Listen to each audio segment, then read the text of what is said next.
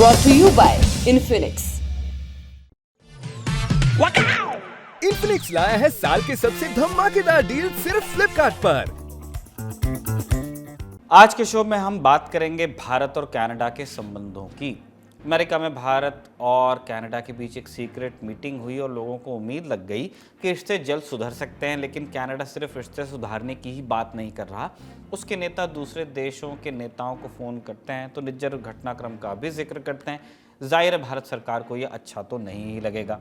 फिर कनाडा खालिस्तान समर्थन के नाम पर हिंसा और अलगाववाद की पैरवी करने वालों को अपने घर में पनाह भी दे रहा है। इन सब पर हमें बात करनी है और साथ ही बात करेंगे कुछ खालिस्तानी आतंकवादियों, कुछ गुंडों की जो आज दिल्ली में पकड़ लिए गए तो कुछ कनाडा में छुपकर बैठे हुए हैं। नमस्ते, मेरा नाम है निखिल और आप देखना शुरू कर चुके हैं दी ललन टॉप शो। सितंबर 2023 की 18 तारीख कनाडा ने खालिस्तानी आतंकवादी हरदीप सिंह निज्जर की हत्या का दोष मढ़ा भारत पर। कनाडा ने एक वैश्विक स्तर का नाटक किया, दोष मढ़कर दुनिया भर को सुनाया, अमेरिका से लेकर यूके तक सबको फंसा लिया। फिर उन्होंने भारतीय खुफिया एजेंसियों के उच्चाधिकारियों को वापस भारत भेज दिया तो भारत ने भी पलटकर जवाब दिया। कनाडा के कई अधिकारी भारत की ज़मीन से वापस रवाना किए गए। भारत ने कनाडाई मूल के लोगों को वीज़ा देने पर रोक लगाई। इतने एक्शन के बीच भारत के विदेश मंत्री डॉक्टर एस जयशंकर गए अमेरिका। 26 सितंबर को संयुक्त राष्ट्र की जनरल असेंबली की मीटिंग हुई तो वहां पर भाषण दिया। उसके बाद काउंसिल ऑफ फॉरेन रिलेशन में जाकर इंटरव्यू दिया, अधिकारियों और मेज़बानों के साथ मीटिंग की। लेकिन इस दौरे में एक और घटना हुई थी, एक सीक्रेट मीटिंग जिसकी जानकारी बाहर आई है। कनाडा की विदेश मंत्री मेलेनी जोली की भारत के विदेश मंत्री के साथ मीटिंग हुई, ऐसा बताया जा रहा है और इस बारे में खुलासा किया एक बार फाइनेंशियल टाइम्स ने। खबर की माने तो इस मीटिंग में भारत और कनाडा ने आपसी टेंशन को कम करने पर बात की, लेकिन इस मीटिंग की सरकारों ने अभी पुष्टि नहीं की है। जब इस मीटिंग के बारे में कनाडा के विदेश मंत्रालय से सवाल पूछे गए तो उन्होंने जवाब देने से इनकार किया। अब सवाल ये है कि ये सीक्रेट मीटिंग हुई क्यों? दरअसल कनाडा और भारत के बीच में जो तनाव चल रहा है उसमें भारत ने कनाडा को अच्छा खासा नुकसान पहुंचा दिया था। वीज़ा सर्विस बंद करने की खबर आई तो साथ ही एक और खबर आई कि भारत सरकार अपने यहाँ मौजूद कैनेडियन दूतावास और उच्चायोग में काम करने वाले लोगों की संख्या में कटौती करने का विचार कर रही है।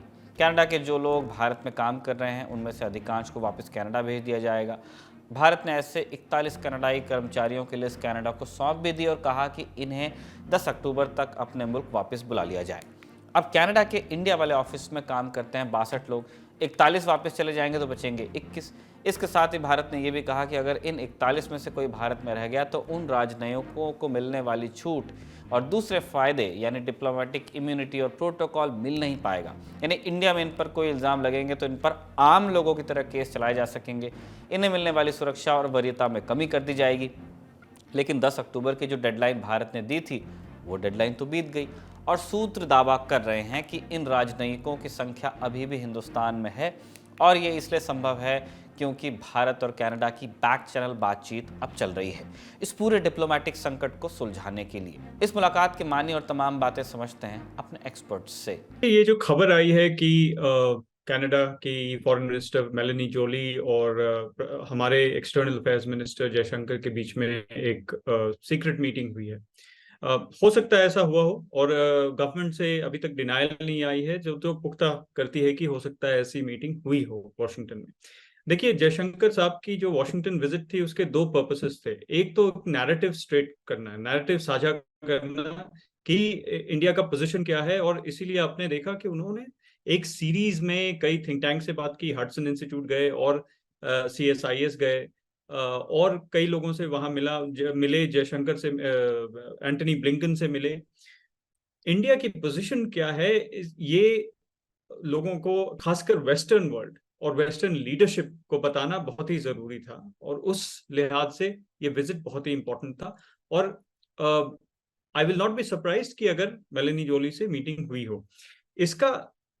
इससे मुझे हमें ये पता चलता है कि एक्चुअली टू स्टार्ट विथ शुरू में ही ऐसी डिप्लोमेसी होनी चाहिए थी और कनाडा को अब समझ में आ रहा है कि किधर जाना था। आप एक ऑनगोइंग इन्वेस्टिगेशन में आपने एक स्टैंड ले लिया, एक पार्लियामेंट में स्टैंड ले लिया, एक स्टेटमेंट दे दिया और एक डिप्लोमेट को आपने बर्खास्त कर दिया एक ऑनगोइंग इन्वेस्टिगेशन में। ऐसा, this is not state craft. तो पहला नियम होता है कि आप अगर ऑनगोइंग ऑनगोइंग इन्वेस्टिगेशन है, खासकर ऐसी इन्वेस्टिगेशन जिसमें इंटेलिजेंस इनपुट्स हो, इंटेलिजेंस एजेंसीज इन्वॉल्व, तब आप पब्लिक स्टैंड कैसे ले सकते हैं पार्लियामेंट में? आप उस गवर्नमेंट से एक हॉटलाइन स्टैब्लिश करें, उस गवर्नमेंट से बात करें और अपनी जो बात है उनको उनके पास रखें, जो कि इस मीटिंग में, इस रिपोर्ट में, जैसी मीटिंग वॉशिंगटन में हुई है उसमें अब आप कनाडा से देखेंगे कि ये एक स्टेटमेंट, एक पीछे बैकस्लाइडिंग जो है अपने स्टेटमेंट से वो हो रही है और एक सही पोजीशन पे आ रहे हैं।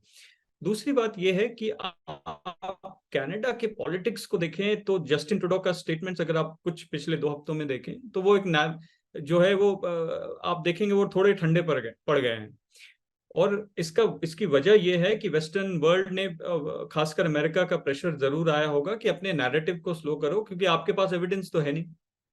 अगर एविडेंस है, आप जयशंकर साहब ने खुलेआम बोला है कि अगर एविडेंस है तो आप दीजिए, we will act on it. Evidence तो है नहीं। अगर एविडेंस होता तो आप सीक्रेटली पहले एविडेंस देते और बात करते, क्योंकि ये इंटेलिजेंस एजेंसीज की इन्वॉल्वमेंट के थ्रू है। मेरा मानना यह है कि ये जो मीटिंग है ये इंपॉर्टेंट है, क्योंकि अगर हुई है तो ये एक रिलेशनशिप जो बहुत ही तेजी से प्रेसिपिटेट कर रही थी, बैकस्लाइड कर रही थी, वो रुक जाएगी। तो दूसरा ये है कि एक डिप्लोमेसी और डिप्लोमेटिक कनेक्शन स्टैब्लिश हो गया है एट द हाईएस्ट लेवल, जो कि बहुत ही बायलैटरल रिलेशनशिप के लिए अच्छी बात है। और ये सही रास्ता भी है दोनों देशों के लिए, क्योंकि ये बहुत ही संवेदनशील मुद्दा है। आपके पास एविडेंस है या नहीं है, और ये इंटेलिजेंस एजेंसीज पे जो आपने आरोप लगाया है, इससे तो डेफेमेशन भी होता है। तो खास इन सब बातों को लेके ये बैक चैनल डिप्लोमेसी से ही इसका रास्ता निकाला जा सकता है। और मेरे ख्याल अगर ये मीटिंग हुई है तो ये एक अच्छा स्टेप है उस डायरेक्शन में। अब सवाल आता है कि भारत कनाडा के बीच इस मीटिंग में बात क्या हुई। इसका जवाब भी फाइनेंशियल टाइम्स की खबर से मिल जाता है। राजदूतों वाली बात उठी तो भारत ने कनाडा से कहा कि भारत वियना कन्वेंशन का पालन कर रहा है।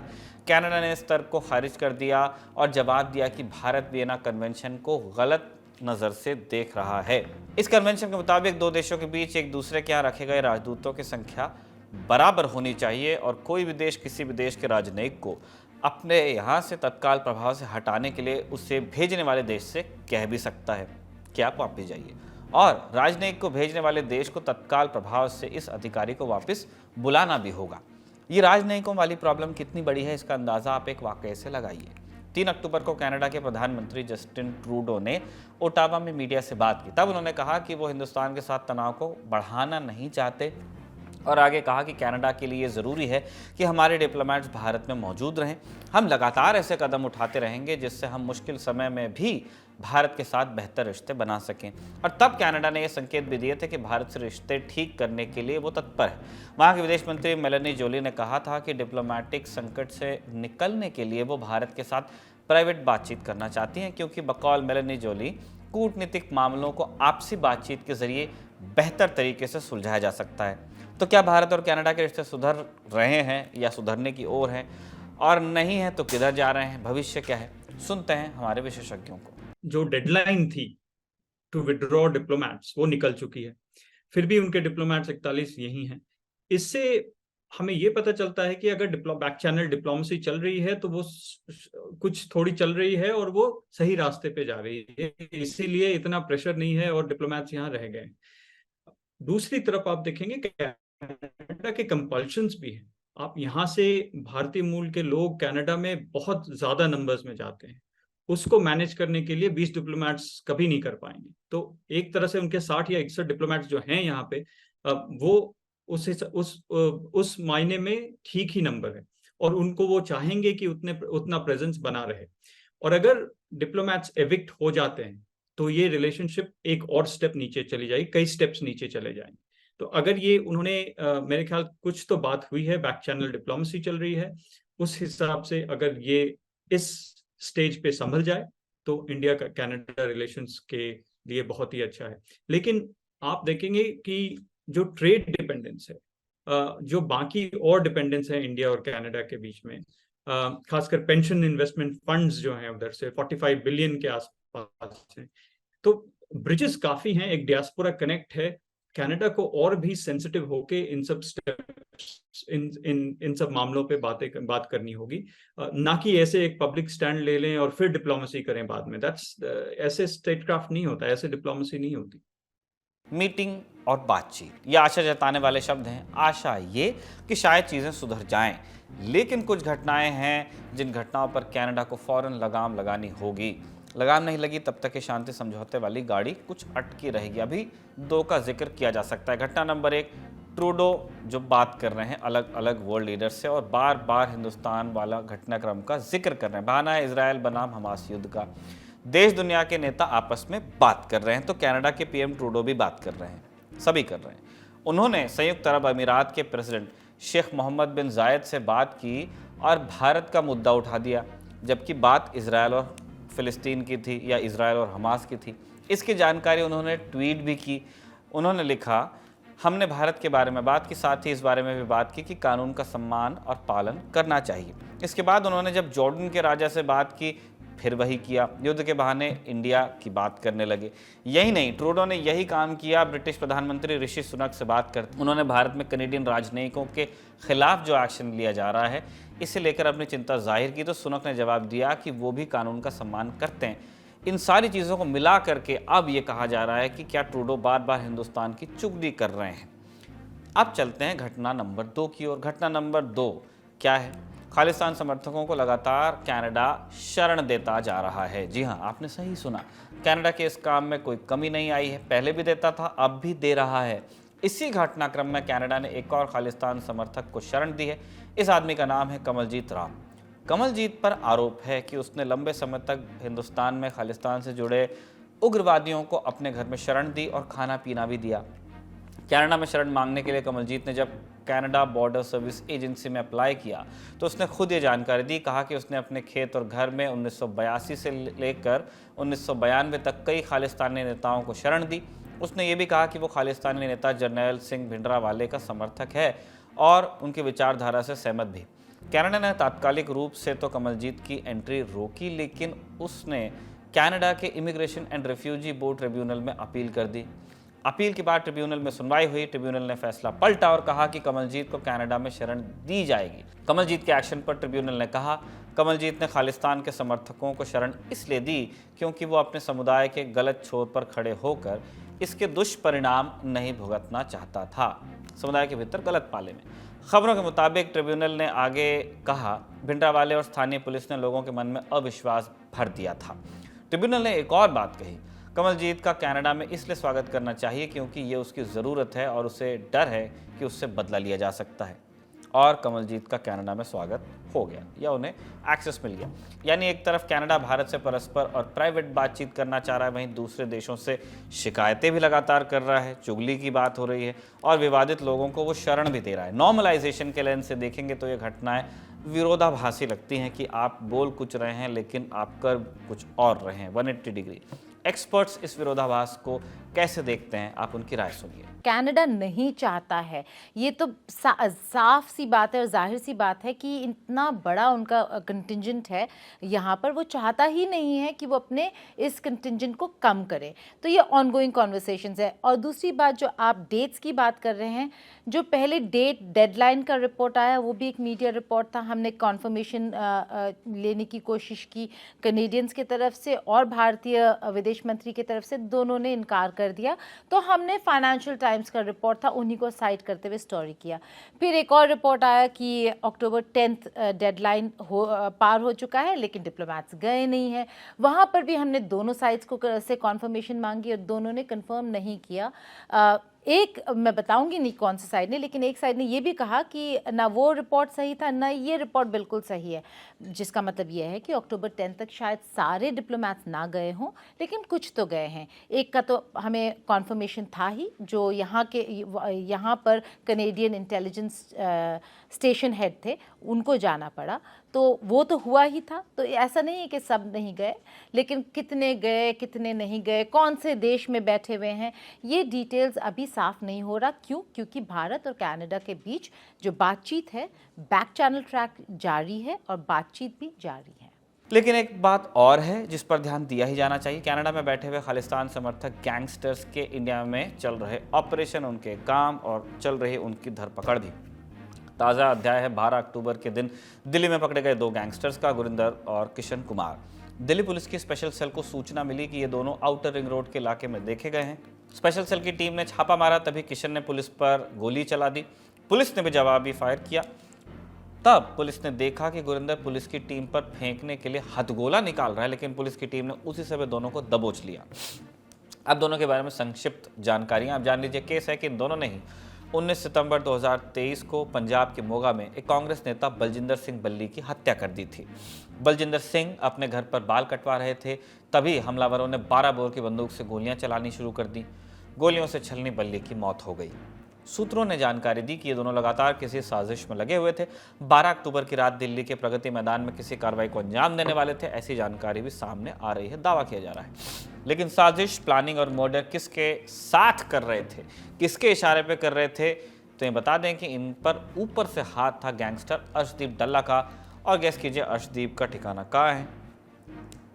कनाडा में।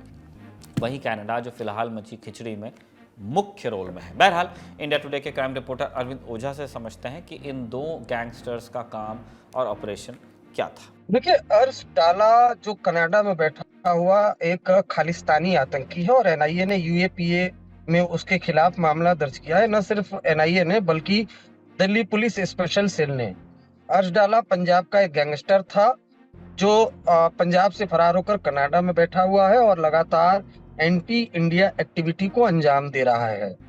और स्पेशल सेल की काउंटर इंटेलिजेंस यूनिट ने जब उनको इनपुट मिला, दरअसल इनपुट ये मिला कि जो खालिस्तानी टेररिस्ट का ग्रुप है वो दिल्ली में किसी वीवीआईपी को टारगेट कर सकते हैं या फिर दिल्ली पुलिस स्पेशल सेल के अधिकारी, दिल्ली पुलिस के जो अधिकारी हैं उन पर भी अटैक कर सकते हैं, जैसा पहले पंजाब में किया था। कुछ पुलिस स्टेशन में आरपीजी अटैक किया था, कुछ पुलिस अफसरों की गाड़ी के नीचे आईडी लगाने की कोशिश की थी, तो ऐसा हमला कर सकते हैं। तो इस इनपुट पर स्पेशल सेल की टीमें काम कर रही थी। तभी उनको जानकारी मिली कि 2 संदिग्ध प्रगति मैदान के आसपास घूम रहे हैं। उसके बाद जब काउंटर इंटेलिजेंस की टीम वहां पर गई और दोनों को रोकने की कोशिश की, तो एक जो शख्स था वो अपने बैग से हैंड ग्रेनेड निकालकर फेंकने की कोशिश कर रहा था। तभी स्पेशल सेल की टीम ने फायरिंग की और उसके बाद जो 2 शख्स हैं, कृष्ण और गुरजिंदर, उन दोनों को स्पेशल सेल की टीम ने पकड़ा। उनके पास से हैंड ग्रेनेड और कुछ वेपन्स रिकवर हुए। दोनों ने पूछताछ में बताया कि दरअसल अभी पिछले महीने ही पंजाब के मोगा में कांग्रेस के लीडर हैं और सरपंच भी है, उनकी घर में घुसकर गोली मारकर हत्या की गई थी। वो हत्याकांड को इन्हीं दोनों ने अंजाम दिया था और अंजाम देने के बाद ये दिल्ली आ गए थे दूसरी आतंकी वारदात को अंजाम देने के लिए। और दोनों ने पूछताछ में बताया कि वो अर्श डाला के लिए ही काम करते हैं। अब जानते हैं कौन है ये डल्ला। पहले बताया, एक बार फिर से हम बता देते हैं। डल्ला 2020 में इंडिया छोड़कर कनाडा भागा। वो कनाडा में रहकर टारगेट किलिंग्स कराता है, स्मगलिंग करता है, पैसे की उगाही करता है, खालिस्तानी आतंकवादियों के छोटे मोटे ऑपरेशन में पैसा लगाता है, पंजाबी म्यूजिक और मूवी इंडस्ट्री में काम करने वाले प्रोड्यूसर्स और डायरेक्टर्स को धमकाता है और रंगदारी उनसे उठाता है। डल्ला का सबसे करीबी यार था हरदीप सिंह निज्जर। दोनों ने मिलकर खालिस्तान टाइगर फोर्स यानी KTF नाम का संगठन बनाया था। अब निज्जर के साथ क्या हुआ ये हम कई बार बता चुके हैं। डल्ला ने शूटर्स की फौज खड़ी की। 700 से ज़्यादा शूटर बताए जाते हैं इसके पास। इन शूटर्स को पंजाब से भर्ती किया जाता है, फिर कनाडा बुलवाकर हथियारों की ट्रेनिंग देकर वापस पंजाब भेजा जाता है। जब ये शूटर पंजाब वापस आते हैं तो उन्हें हत्या करने या धमकाने के लिए हथियार चाहिए होते हैं। अब ये हथियार उन्हें कहाँ से आते हैं? पाकिस्तान से। पाकिस्तान में बैठी ISI और लश्कर तैयबा की मदद से हथियार जुटाए जाते हैं। ड्रोन्स के जरिए हिंदुस्तान की सीमा के अंदर हथियार गिराए जाते हैं। शूटर हत्या करना और धमकी देना शुरू कर देते हैं। 20 सितंबर को डल्ला का करीबी सुक्खा दुनके भी कनाडा में मारा गया था। डल्ला पर खुद भारत ने 10 लाख रुपए का इनाम रखा है और डल्ला के इंडिया के ठिकानों पर छापेमारी जारी है। उसके गुर्गे पकड़े जा रहे हैं, उन्हें अरेस्ट किया जा रहा है। खबरों का सिलसिला वैसे यहीं तक था। अब चलते हैं उम्मीद की बात की ओर। उम्मीद की बात आज इजरायल से आई है। भारत ने यहां से अपने नागरिकों को सुरक्षित निकालने के लिए ऑपरेशन अजय शुरू किया है। विदेश मंत्रालय के प्रवक्ता अरिंदम बागची ने आज प्रेस कॉन्फ्रेंस कर जानकारी दी है कि इस ऑपरेशन के तहत पहली चार्टर फ्लाइट आज तेल अवीव पहुंच जाएगी, जिसमें करीब 230 भारतीय नागरिकों को भारत वापस लाया जाएगा। सुनिए अरिंदम बागची को। हमारे लिए फोकस इसे है कि किस तरह से भारतीय नागरिक जो वहाँ पे हैं उनको वापस ला पाए, जो आना चाहते हैं। गाजा में आपने जिक्र किया, हैं हमारे 3 या 4 सिटीजन्स हैं, हम उनके साथ संपर्क में हैं, पर अभी जो ऐसी कंस्ट्रेंट्स है उसमें दिक्कत है उनको कोई डायरेक्टली निकालने का, पर हम कोशिश कर रहे हैं कि वो भी सोल्यूशन हो सके। 11 अक्टूबर को विदेश मंत्री डॉक्टर एस जयशंकर ने सोशल मीडिया प्लेटफॉर्म एक्स पर ऑपरेशन अजय के बारे में जानकारी दी थी।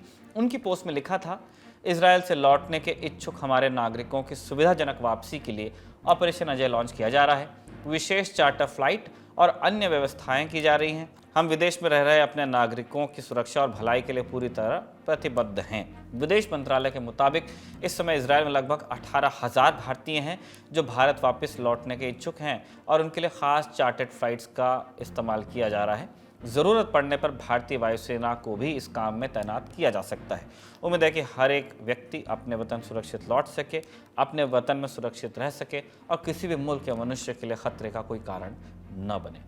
इस नोट पे दिल ऑन टॉप शो को अब हम यहीं विराम दे रहे हैं। अगले एपिसोड में आपसे मुलाकात होगी, ऐसी कामना करते हैं। तब तक आप अपना ख्याल भी रखिए और ललन टॉप को देखते भी रहिए। शुक्रिया।